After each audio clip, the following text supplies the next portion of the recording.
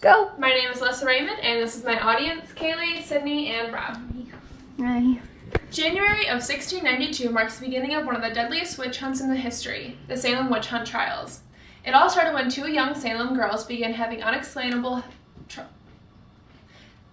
fits of hysteria. Betty Paris, age 9, and Abigail Williams, age 11, would begin having violent contortions and uncontrollable outbursts of screaming. The local doctor, William Griggs, proclaimed that the young girls were certainly the victims of bewitchment.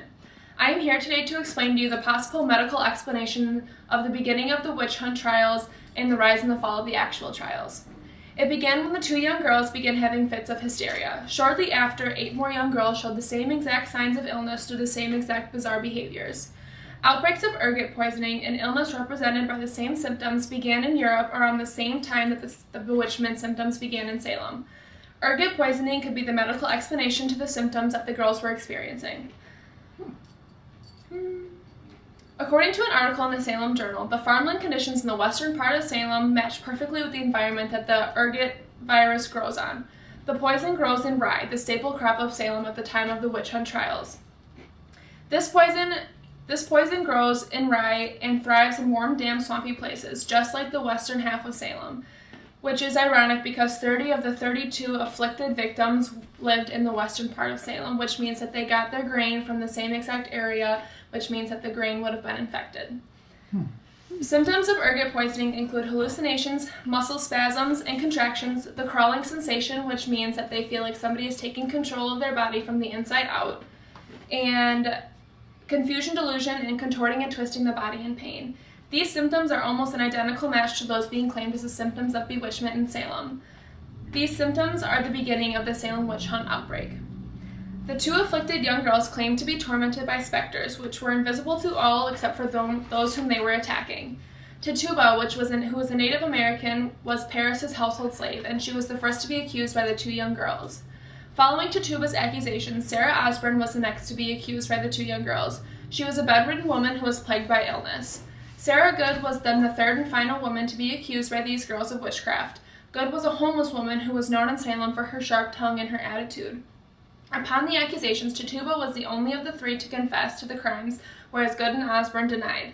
On February 29th, 4 men set out to the Salem town to get legal complaints before the local magistrates, accusing all 3 women of suspicion of witchcraft. Despite the fact that Good and Osborne had denied their part in the crime of witchcraft, the judge later ordered that all 3 women be put in jail on counts of witchcraft, according to an article published on History.com. The numbers of the afflicted grew rapidly after these 3 women were placed in jail on the mere suspicion of witchcraft. By April 11th, local magistrates had held 5 different hearings to examine accused witches, and 6 more people were then in jail on charges of witchcraft. By May 14th, 38 more people were put in jail on the same exact charges. On May 10th, Sarah Osborne, one of the first to be convicted, died in jail. Due to the growing crisis of witchcraft, Governor Phipps created the Court of Oyer and Terminer. The Court of Oyer and Terminer was created specifically to backlog the witch case trials. The judges of the new court were convinced that a large witch conspiracy threatened Massachusetts, and it was up to them to round up the guilty and to end the crisis. And by end the crisis, they mean to hang them. Bridget Bishop was the first to be sentenced to death on a charge of witchcraft. She was sentenced on mere suspicion. She was hanged as what would later be known as the Gallows Hill in Salem on June 10, 1692. 4 more were hanged on July 19th, 5 more were hanged on August 19th, and 8 more were hanged on September 22nd, including a member of the Salem Town Church. On October 1692 was the month that the Court of Oyer and Terminer fell. Prior to the fall of the court, at least 176 people were accused and informally cried out upon. 19 of them were executed, right or wrong, and 6 of them died in jail. Oppositions of the trials grew and became more vocal.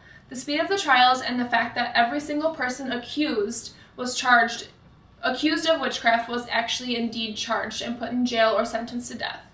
This began to raise concerns. It had become increasingly clear that not all those who were accused and hanged could have actually been witches, and that innocent lives had indeed been lost. In Greece, Governor Phipps' advisor and top political ally stated, "It were better that 10 suspected witches should escape than that 1 innocent person should be condemned." On October 29th, the legislature asked if the Court of Oyer and Terminer should rise or fall. Phips said it must fall. Phips pardoned those who had been condemned but not yet hanged in the fall. According to the Salem Witch Trials article published by the Oxford American History, in the last case taken up by the Superior Court of Judicature on May 9, 1693, a grand jury refused to indict Tituba, the first woman who was accused of witchcraft in Salem. Reverend Paris refused to pay her jail fees, so the jailer sold her to an anonymous buyer, and she disappeared from history. The Salem Witch Trials had officially come to an end on that day. What could have been symptoms of ergot poisoning was beginning to one of the deadliest witch hunts in America. There have since been multiple alternative theories trying to explain the events that took place in Salem, Massachusetts in 1692. However, throughout all these theories, one thing will always remain true. Men and women who believed themselves to be innocent were accused by hysterical and delusional teenage girls were sentenced to death.